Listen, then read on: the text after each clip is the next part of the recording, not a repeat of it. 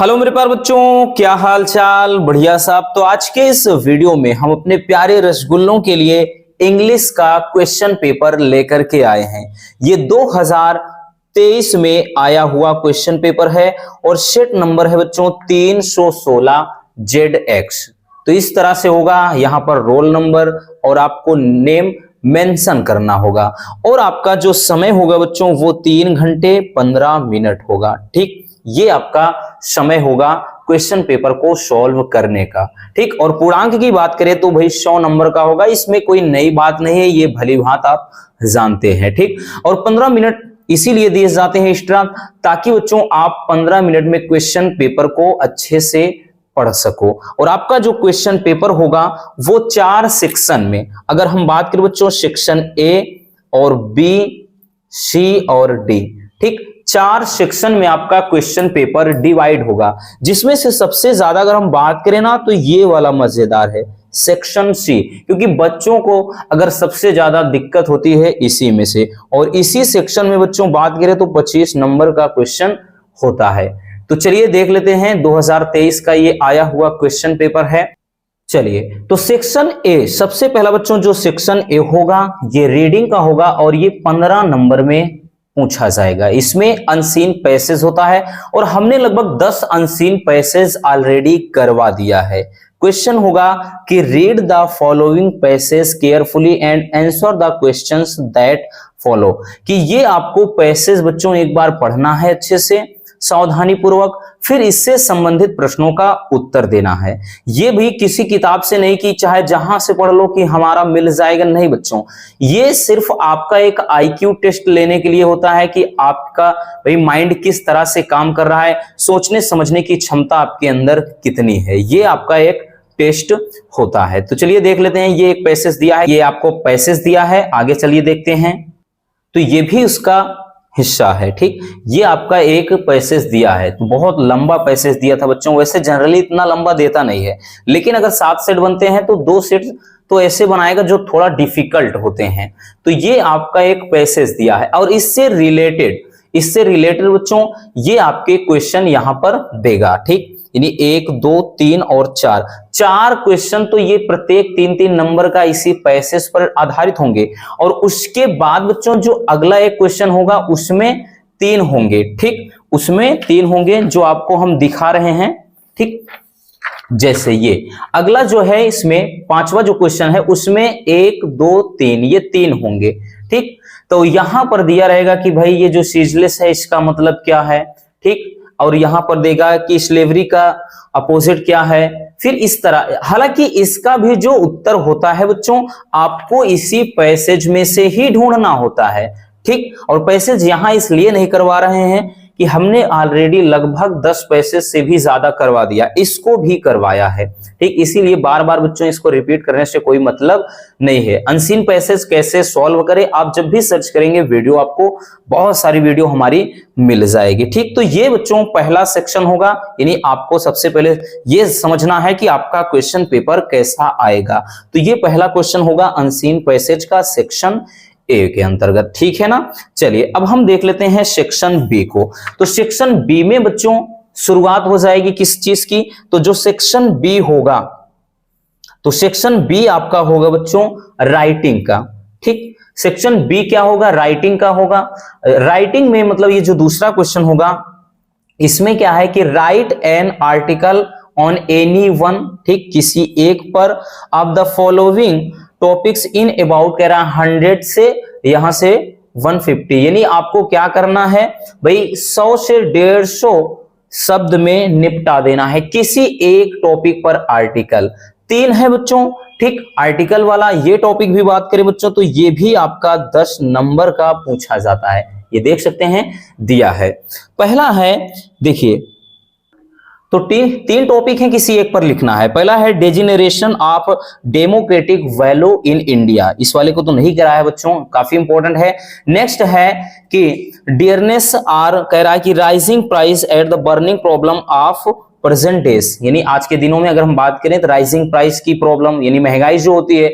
अगला है इन मतलब unemployment a major problem of present day youth, मतलब युवाओं में अगर हम बात करें बेरोजगारी, ठीक, बेरोजगारी की समस्या। तो जिस तरह से हिंदी में होता है इसमें भी, हालांकि इसको भी करवा चुके हैं बच्चों, लेकिन ये दोनों नहीं करवाए हैं, इसको भी करवा देंगे, डोंट वरी। इंपॉर्टेंट है भाई, पूछा जा सकता है, जरूरी नहीं कि पूछ लिया है तो अब नया है।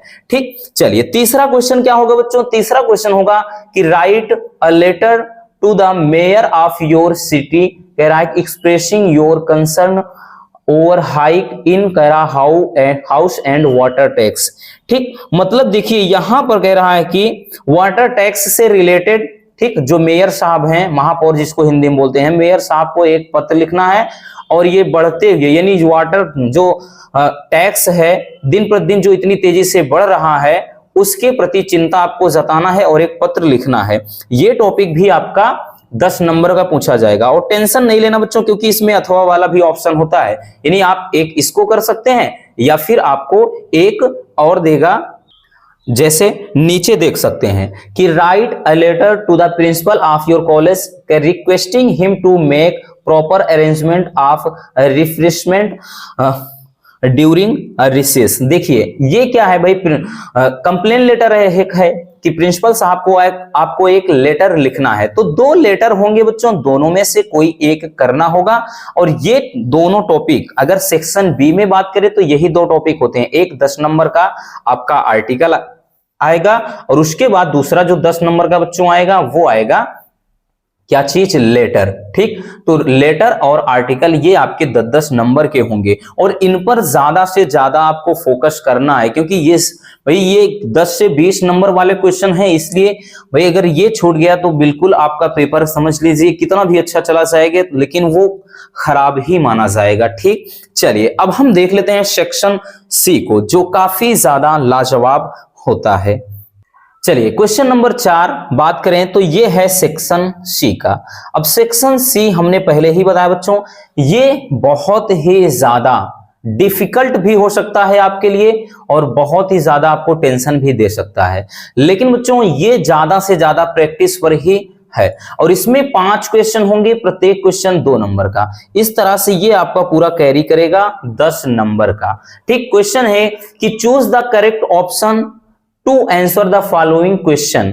ये है ठीक, पहला अगर हम बात करें, कह रहा है कि government by the rich is called, यानी धनिकों की सरकार को क्या कहते हैं, एरिस्टोक्रेसी या प्लूटोक्रेसी या फिर कह रहा है कि ब्यूरोक्रेसी या फिर ऑटोक्रेसी। तो कहते हैं प्लूटोक्रेसी। ठीक, धनिकों की सरकार को धनिक तंत्र कहा जाता है हिंदी में। ठीक, अगला है कि द फ्रेज कह रहा है पॉइंट आउट। पॉइंट आउट का मतलब क्या है? ठीक, ये मुहावरा है, तो पॉइंट आउट का क्या मतलब है? पॉइंट आउट का मतलब होता है बच्चों कुछ इशारा करना, सजेस्ट करना, सुझाव देना, बताना। टू एब्यूज गाली देना, भाई ये होगा नहीं। टू क्राई आउट चिल्लाना, ये भी नहीं होगा। टू थिंक ऑफ विचार करना, ये भी नहीं होगा। टू टेल यानी बताना, यही इसका सही विकल्प हो जाएगा। देखिए आसान होता है, कठिन कुछ भी नहीं है बच्चों, बस थोड़ा सा आपको दिमाग लगाना है और कुछ नहीं। नेक्स्ट क्वेश्चन है आपका, कह रहा है कि the synonym of jealous is. ठीक, the synonym of jealous is, jealous का मतलब ईर्ष्या। ठीक, ईर्ष्या या द्वेष भावना, तो ईर्ष्या का कह रहा है साइनोनिम समानार्थी क्या हो गया? ठीक, जीलियस, ये तो जीलियस का ये होमोफोन्स हैं। ठीक, ये उत्साह होता है, ये नहीं होगा बच्चों। कैलियस, ये भी नहीं होगा। इनेवियस या फिर डेंजरस, डेंजरस तो बिल्कुल नहीं होगा। इनेवियस, इनेवी का मतलब शत्रु होता है, लेकिन इनेवियस से नहीं शत्रुता यानी ईर्ष्या भाव, तो ये इनेवियस इसका क्या हो जाएगा? साइनोनिम हो जाएगा। और प्रत्येक के आपको 2-2 नंबर मिलेंगे, इतना याद रखना। अगला क्वेश्चन है बच्चों, कह रहा है ही नोज, वह जानता है, रामू सिंस ए लॉन्ग टाइम। अब इसमें कह रहा है कि which word in this sentence is an error, कि इसमें भाई एरर कहां है, कहां पर गलती है। ठीक, देखिए रामू नोज, रामू जानता है, सॉरी ही नोज वह जानता है, रामू को सिंस ए लॉन्ग टाइम। देखिए ऐसी सिचुएशन में बच्चों जब आपने पढ़ा है ये सिंस इस्तेमाल ही नहीं होगा, इसके स्थान पे फॉर होगा, तो प्रमुख एरर इसमें ही है। ठीक है ना, तो यहां पर रामू नोज, ठीक, he knows Ramu for a long time, लंबे समय से जानता है, तो यहां पर सिंस ना होकर के फॉर। हालांकि और भी त्रुटि है लेकिन मेन त्रुटि यहां पर है। ठीक, चलिए अगला क्वेश्चन है कि the antonym of justice, justice का एंटोनिम क्या हो जाएगा? अनजस्टिस या फिर मैला प्रेसिस्ट या फिर इनजस्टिस या फिर मैलिस, क्या हो जाएगा बच्चों? तो इनजस्टिस, जस्टिस का मतलब न्याय, इनजस्टिस का मतलब अन्याय। ठीक, तो इस तरह से बच्चों ये जो 5 क्वेश्चन होगा ये आपका बेहद इंपॉर्टेंट होता है। ठीक, ये आपका synonym, antonyms, one word substitution, homophones, नहीं सॉरी इसमें होमोफोन्स नहीं होता है, मतलब आइडम, ये फ्रेज होता है, ये सारी चीजें इसमें क्या होते हैं, ये आपके 5 क्वेश्चन होंगे। ठीक, चलिए नेक्स्ट क्वेश्चन किस तरह का होगा, चलिए हम वो देख लेते हैं। चलिए क्वेश्चन नंबर 5, क्वेश्चन नंबर 5 का ए है, ए बी सी ऐसे इसमें भी 5 है, डिवाइड है, तो ये भी पूरा 10 नंबर देकर के जाएगा। ठीक, प्रत्येक क्वेश्चन 2-2 नंबर का। पहला है कि change any one of the following in direct, कह रहा है कि in indirect speech, indirect speech में करना, कन्वर्ट करना है किसी एक को, वहां 2 होंगे, आपको एक करना है, हम दोनों करके बताएंगे, डोंट वरी।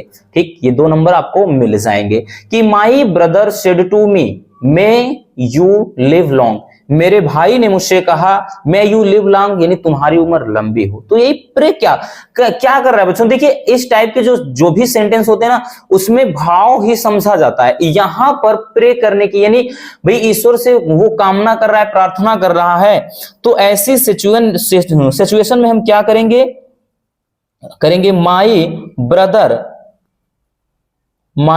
ब्रदर। अब हमने बताया कि भाई यहां प्रे किया जा रहा है, तो यहां पर हो जाएगा बच्चों प्रेड। ठीक, माई ब्रदर सेड या सेड टू को प्रेड में, माई ब्रदर प्रेड। ठीक, यहां पर हो जाएगी कि मेरे भाई ने प्रार्थना किया, दैट लगाएंगे, माई ब्रदर प्रेड दैट। अब देखिए यहां पे कर्ता से हमें मतलब है कि भाई तुम्हारी उम्र लंबी हो, मेरे बारे में बात किया जा रहा, तो हो जाएगा आई मे का माइट हो जाएगा, I might live long, I might क्या हो जाएगा बच्चों, लिव लॉन्ग हो जाए।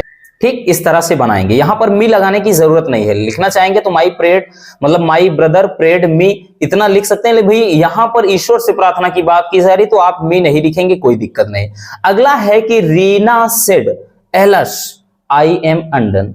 ठीक, कि एलस, देखिए ये दुख की बात है बच्चों।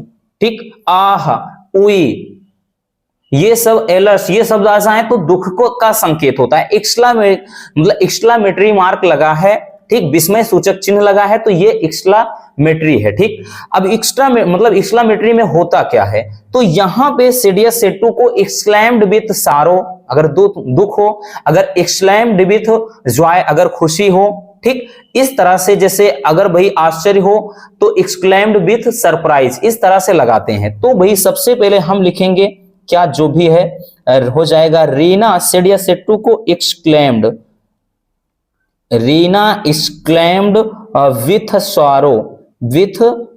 सॉरो। ठीक, एक्सक्लेम्ड विथ सॉरो हो जाएगा। अब भी यहां पर एलएस वगैरह ये सब जो होते हैं हट जाते हैं। ठीक, दैट कंजक्शन दैट लगता है। अब यहां पे भाई आई एम अनडन, भाई यहां अनडन का मतलब एक हिसाब से बर्बाद होना होता है कि भाई मैं बर्बाद हो गया हूं। ठीक, आई एम, तो यहां पे किसकी बात कर रहा है, कौन, कि मैं बर्बाद हूं, यानी रीना बोल रही है, तो यहां पर हो जाएगा बच्चों सी इज एम आर बराबर was bare, she was undone. ये इसका सही क्या हो जाएगा, इनडायरेक्ट स्पीच में कन्वर्ट आप कर सकते हैं इस तरह से।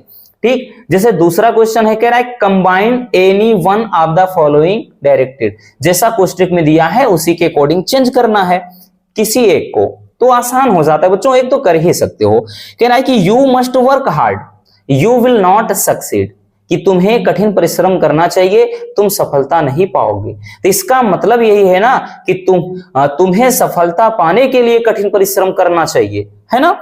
तो हम क्या करेंगे ऐसे सिचुएशन में, यू मस्ट वर्क हार्ड, यहां पर कोई चेंजिंग नहीं करेंगे बच्चों।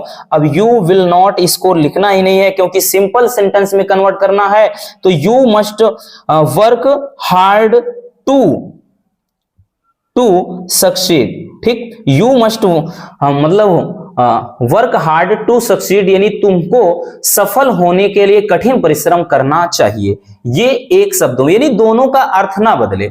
आप ये 2 या 2 से अधिक सेंटेंस होंगे उसको मिलाकर एक सेंटेंस करना है आपको, और उसका अर्थ भी ना बदले, तो ये करना होता है। ठीक, अगला है कि माई फ्रेंड इज, देखिए डिलीजेंट, तो मेरा जो दोस्त है वो क्या है, देखिए डिलीजेंट का मतलब क्या होता है कि परिश्रमी, मेहनती, और ही इज कनिंग, वह चालाक है। तो मेरा दोस्त वही कह रहा है कि मेरा दोस्त परिश्रमी है और वह चालाक है। तो हम इसको बनाएंगे कंपाउंड में, तो यही तो लिखेंगे ना कि मेरा दोस्त परिश्रमी और चालाक है। तो लिखेंगे माई फ्रेंड इज, हो जाएगा बच्चों डिलीजेंट या डिलीगेंट, कुछ भी पढ़िए, एंड कनिंग। ठीक, कि मेरा दोस्त क्या है, मेहनती है और मतलब चालाक है। ठीक, तो ये इस तरह से आप करेंगे। अब देखिए इसमें कह रहा है कि change any one of the following directed, इसमें भी भाई जो कोष्टक में दिया है उसी के अकॉर्डिंग चेंज करना है आपको। ठीक, इस वाले को कह रहा है कि he is beaten severally by his mother, कि वो अपने माँ के द्वारा बहुत बुरी तरह पीटा गया है।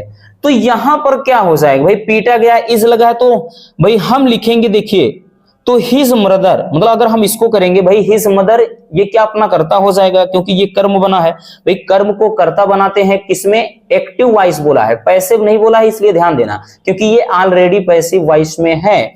तो लिखेंगे हिज मदर बीट। अब भाई ये ही कर्ता बना है, इसका मतलब यहां पे हिम हो जाएगा, आएगा तो हिज मदर बीट हिम हो जाएगा सेवरली। ठीक है ना, सेवरली का मतलब होता है बुरी तरह से, यानी कठोरता से, कि उसकी माँ ने उसे बहुत कठोरता से पीटा है।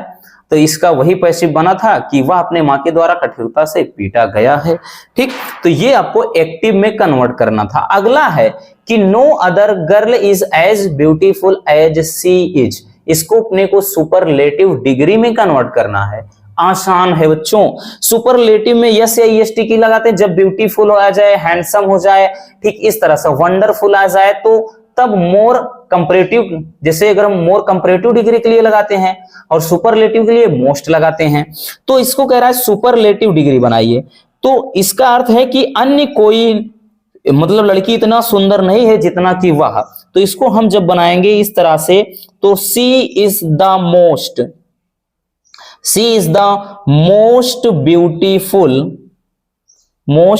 ब्यूटीफुल गर्ल, वह सबसे सुंदर लड़की है। इसका अर्थ भी वही तो हुआ जो ऊपर लिखा है बच्चों, कि अन्य कोई लड़की इतनी सुंदर नहीं है जितना कि वह।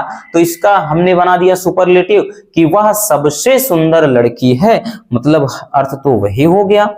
चलिए, तो अगला क्वेश्चन है बच्चों, correct any one of the following sentence, किसी एक सेंटेंस को करेक्ट करना है अपने को। जैसे दिया है कि भाई Ramesh is junior than Mahesh. देखिए कई बार इसको बता चुके हैं हम, न जाने कितनी बार बच्चों प्रैक्टिस जब करवाए हैं सेक्शन सी की, तो हमने बताया है कि जब भी जूनियर, सीनियर, सुपीरियर, इंफीरियर ऐसा वर्ड आ जाए वहां अपने को देन नहीं बल्कि टू लगाना है। तो ये क्या हो जाएगा बच्चों, सही हो जाएगा कि Ramesh is junior to Mahesh. ठीक, इतना याद रखना। अगला है sheeps are grazing in the field, क्या एरर है भाई, इसको सही करना है। एरर इसमें है बच्चों, शीप्स नहीं बल्कि शीप ही होगा, क्योंकि शीप जो भेड़ हो गया, अगर हम बात करें डियर हिरन हो गया, कैटल मवेशी हो गया, ये अपने आप में मतलब सिंगुलर प्लूरल दोनों एक ही तरह चलते हैं। इसमें यस या यस हम नहीं, मतलब यस वगैरह इसमें नहीं लगा सकते हैं, गलती ये है। तो शीप, ठीक, अब जैसे वन शीप कह देता तो इज, उसी के अकॉर्डिंग इज लगाते, वाज लगाते, ऐसा भाई शीप है तो यहां पर आर वगैरह में कोई बदलाव नहीं करेंगे। गलती यही है कि यस नहीं लगेगा। जैसे शीप हो गया, डियर हो गया, कैटल हो गया, इनमें यस लगाने की जरूरत ही नहीं होती है। ठीक, ये अपने आप में खुद समझिए बहुवचन है। समझ में आ गया। चलिए अगला क्वेश्चन, और इस क्वेश्चन को भी हमने कैटल के से बताया था, तो देखो दोनों ये मैच हो गए हैं, ये पूछे गए थे, हर साल यही पूछते हैं और इसमें देगा क्या घुमा फिरा कर। चलिए अगला क्वेश्चन है कि use any one of the following pairs of words in your own sentences to make the difference in their meaning clear. कह रहा है कि भाई ये पेयर्स दिए गए हैं जोड़े, और दोनों में से किसी एक को करना है, 2 नंबर आपको मिलेंगे और दोनों के अर्थ अलग अलग हैं। इसको बोलते हैं बच्चों होमोफोन्स। ठीक, जैसे यहां पर इस वाली बर्थ की बात करें, ये बर्थ है, बर्थ का मतलब होता है जन्म, और इस वाली बर्थ की बात करें, इसको भी बर्थ ही पढ़ेंगे, ये बर्थ का मतलब होता है सीड। ठीक, जैसे बोलते हैं कि भाई मैंने क्या है चौथी सीट बुक की है, मैंने ऊपर की सीट बुक की है। ठीक, जैसे यहाँ पे तुम लिख सकते हैं कि भाई my sister gave a sweet baby, मतलब बर्थ ए स्वीट बेबी, एक अच्छे मतलब एक स्वीट बेबी को जन्म दिया। बर्थ की आई बुक्ड अपर सीट, की मैंने ऊपर वाली सीट बुक की है। तो इस तरह से आप कोई भी सेंटेंस एक बनाएंगे, ठीक है ना। अब इसमें बात करें डोज, ये डोज का मतलब होता है खुराक, ठीक, खुराक होता है। और इस वाले डोज की बात करें तो ये भी डोज पढ़ा जाएगा, लेकिन ये डोज का मतलब होता है झपकी लेना, झपकी। ठीक, जैसे माई मदर एट 66 में है कि उसकी माँ पास में बैठी हुई थी कार में और वो झपकियां ले रही थी। तो ये डोज का मतलब होता है झपकी लेना, और ये डोज का मतलब होता है खुराक, कि भाई मतलब जैसे दवा वगैरह की खुराक होती है ना, कि इतने टाइम इतना खुराक लेना है। तो आप कोई भी एक सेंटेंस इस पर रख करके बना सकते हैं। तो ये है आपका सेक्शन सी। यही सबसे ज्यादा भी आपके लिए ज्यादा डिफिकल्ट होता है, लेकिन बच्चों हमने बोला ना ज्यादा से ज्यादा प्रैक्टिस इस पर करेंगे, उसके बाद चीजें एकदम क्लियर हो जाएंगी। बाकी डोंट वरी, मोनू सर है तो टेंशन बिल्कुल नहीं पालना है, ठीक है ना। चलिए क्वेश्चन नंबर 6, ये भी सेक्शन सी का ही पार्ट है और ये पूछा जाएगा पूरे 5 नंबरों में। तो देगा बच्चों की, जैसे एक हमने बताया ना हिंदी अनुवाद देगा, ठीक है ना, कि जैसे सर्वप्रथम चाय का उत्पादन एवं उपभोग चीन में हुआ। प्रारंभ में इसका उपयोग दवा के रूप में किया गया, लेकिन बाद में यह सर्वाधिक प्रिय पेय पदार्थ बन गया। मतलब देखिए एकदम सिंपल दिया है, बहुत ज्यादा डिफिकल्ट नहीं है। तो भाई अगर आपने अच्छे से टेंस पढ़ा होगा देन इसमें बताने की जरूरत नहीं है। ठीक, ये भी हम कई बार बता चुके हैं कि किस तरह से आपको करना है। तो ये आपका एक अनुवाद करना होगा, यानी हिंदी टू इंग्लिश ट्रांसलेट करना होगा। अब बात आती है बारी सेक्शन डी की। सेक्शन डी होगा जो बच्चों पूरा ये लिटरेचर होगा, यानी पूरा साहित्यिक होगा, पूरा किताब से संबंधित क्वेश्चन आंसर इसमें दिए जाएंगे। ठीक, चलिए 7वां जो क्वेश्चन है, ठीक, इसमें कहेगा कि answer the following question in about 40 words is, यानी 40 शब्दों में, ठीक, लगभग 40 शब्दों में क्या करना है आपको इसके उत्तर देना। और 2 क्वेश्चन करना होगा बच्चों, और इन दोनों के आपको मिलाकर के पूरे 8 नंबर मिलेंगे। जैसे पहला क्वेश्चन दे रखा है कि why did Gandhi ji chide the liar, कि गांधी जी ने लायर को क्यों डांटा था। हमने बच्चों जो चैप्टर वाइज बताया है, ठीक, जो आपका इंडिगो वाला चैप्टर से ये है नील की खेती वाला, हमने उसमें लिखाया था, क्योंकि भाई वहां के जो लायर थे वो भाई काम के जो भी गरीब थे उनसे मोटी रकम ले रहे थे काम के बदले में, इसीलिए गांधी जी ने उनको फटकारा था, दुत्कारा था या डांटा था। अथवा में एक और दे दिया है भाई, चाहे इसको करो चाहे अथवा में कह रहा है कि what do the inhabitants of Seemapuri do for their survival, जो मतलब सीमापुरी के पास मतलब जो बच्चे रहते हैं, ठीक, वो अपने जीविकोपार्जन के लिए क्या करते हैं। अथवा ठीक में ये कर सकते हैं, दोनों में कोई एक, या फिर बी में होगा बच्चों कि व्हाट डिड द कह रहा है कि instructor do the train Douglas, ठीक, कि इंस्ट्रक्टर यानी प्रशिक्षक ने डगलस को ट्रेनिंग देने के लिए क्या किया। हमने आपको अच्छे से बताया, ये वाला भी लिखाया है और इसको भी लिखाया है और ये वाला भी लिखाया बच्चों। अथवा में है कि हु वाज मुकेश और व्हाट वाज हिज एम्बिशन, ठीक, ये तो भाई सेम टू सेम हूबहू क्वेश्चन ही लिखाया है। ना यकीन हो बच्चों तो जो चैप्टर वाइज प्रोज में हर चैप्टर का क्वेश्चन आंसर लिखाया है मिला लीजिए, पूरा ये क्वेश्चन और उसके बाद ये क्वेश्चन, ऐसा कोई क्वेश्चन नहीं जो हमने ना लिखाया हो। हमने पहले भी उस समय भी बताया था कि ये मोस्ट इंपॉर्टेंट है। मुकेश कौन था और कह रहा है उसका क्या एम्बिशन था, ठीक है ना, उसका मतलब क्या उद्देश्य था लाइफ में, वो क्या करना चाहता था। ठीक, बहुत अच्छी तरीके से बताया है इसको। अब थी 8वां जो होगा, 8वां क्वेश्चन ये 7 नंबर का होगा। ठीक, 2 देगा बच्चों, एक करना होगा कि answer any one of the following in about 80 कह रहा कि वर्ड्स, ठीक, 80 शब्दों में इसको मेंशन करना है, ठीक है ना। चलिए तो इसमें भी काफी ज्यादा ये इजी है। ठीक, अगर आप कहानी अगर जानते हैं पूरे जो भी आपके जो चैप्टर है बच्चों, अगर कहानी आप समझ गए हैं भैया, आपको टेंस आता है, तो आप बना बना कर लिख सकते हैं। जैसे पहला क्वेश्चन है कि describe the deplorable plight of bangle makers, जो चूड़ी बनाने वाले हैं उनकी स्थिति के बारे में बात कर रहा है, किस तरह से मतलब वो कठिनाइयों का सामना करते हैं, किस तरह से वो जीवन व्यतीत करते हैं, क्या क्या उन पे मुसीबतें आती हैं, ये चीज। दूसरा है कि how did Douglas struggle at pool, तालाब में डगलस ने ठीक किस तरह का संघर्ष किया, और what strategy did he adopt to save his life, अपने जीवन को बचाने के लिए उन्होंने क्या तरीका अपनाया था। ठीक, तो ये आपके क्या है क्वेश्चन प्रोज से पूछे जाएंगे। ठीक है ना। चलिए अब हम देख लेते हैं कि आपके पोएट्री में किस तरह के क्वेश्चन होंगे। चलिए क्वेश्चन नंबर जो 9 होगा बच्चों, ये पोएट्री का होगा, 6 नंबर का होगा कि रीड द फॉलोइंग, कह रहा है कि extract carefully and answer the question that follow. इस क्या करना है, पद्यांश को सावधानी पूर्वक पढ़ना है और इससे संबंधित प्रश्नों का उत्तर दीजिए। अब देख लीजिए बच्चों, इस वाले को ही हमने कि कम से कम 3 बार या 4 बार करवाया है। ये वाला पैसेज अगर आप ध्यान से देखेंगे बच्चों, जो मोस्ट इंपोर्टेंट आपके हमने जो मतलब इसमें बताया है स्टेंजा, ठीक, उसमें भी बताया है, अलग से जब करवाया था तब भी इसको बताया है एक बार, और जब हमने अगले साल का पेपर सॉल्व कराया था तब भी ये पूछा गया था। काफी ज्यादा इंपॉर्टेंट है कि a thing of beauty is a joy for ever. ठीक, जो सौंदर्य की वस्तुएं हैं सदैव क्या है, खुशी प्रदान करते हैं। इट्स कह रहा है लवलीनेस इंक्रीजेस, इसकी सुंदरता और भी बढ़ जाती है। It will never pass into nothingness, ये कभी भी शून्यता में नहीं बदलती हैं। But still will keep a bore quiet for us and A sleep, कह रहा है कि full of sweet dreams and health and quite breathing.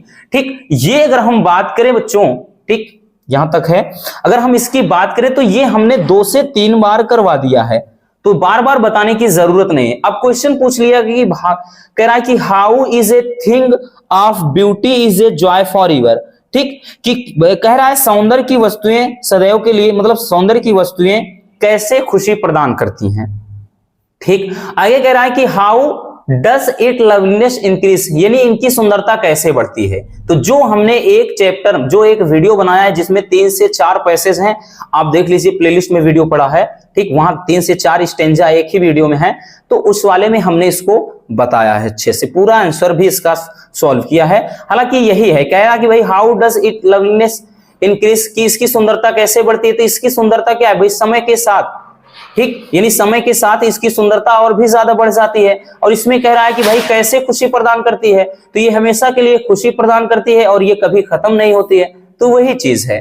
ठीक, अगला क्वेश्चन दे दिया है बच्चों कि what does the poet mean, कह रहा है कि टू से by it will never pass into nothingness, कि ये शून्यता में, यानी शून्यता में कभी भी नहीं बदलती हैं। इसका क्या मतलब है, इसका मतलब ये है कि जो सौंदर्य की वस्तुएं हैं समय के साथ ये नष्ट नहीं होती हैं, बल्कि और भी ज्यादा क्या है, सुंदर हो जाती हैं। इसका मतलब यही है कि समय बीतने के साथ साथ ये और भी ज्यादा सुंदर हो जाती हैं। ठीक, चलिए अगला क्वेश्चन क्या कह रहा है, कह रहा है कि right the central idea of any one of the following points. वही कह रहा है कि इन तीनों में से पहला ये है, दूसरा ये, तीसरा ये, कि माई मदर एट 66, हमने बोला है ना मोस्ट इंपोर्टेंट, और इसको लिखाया है बच्चों।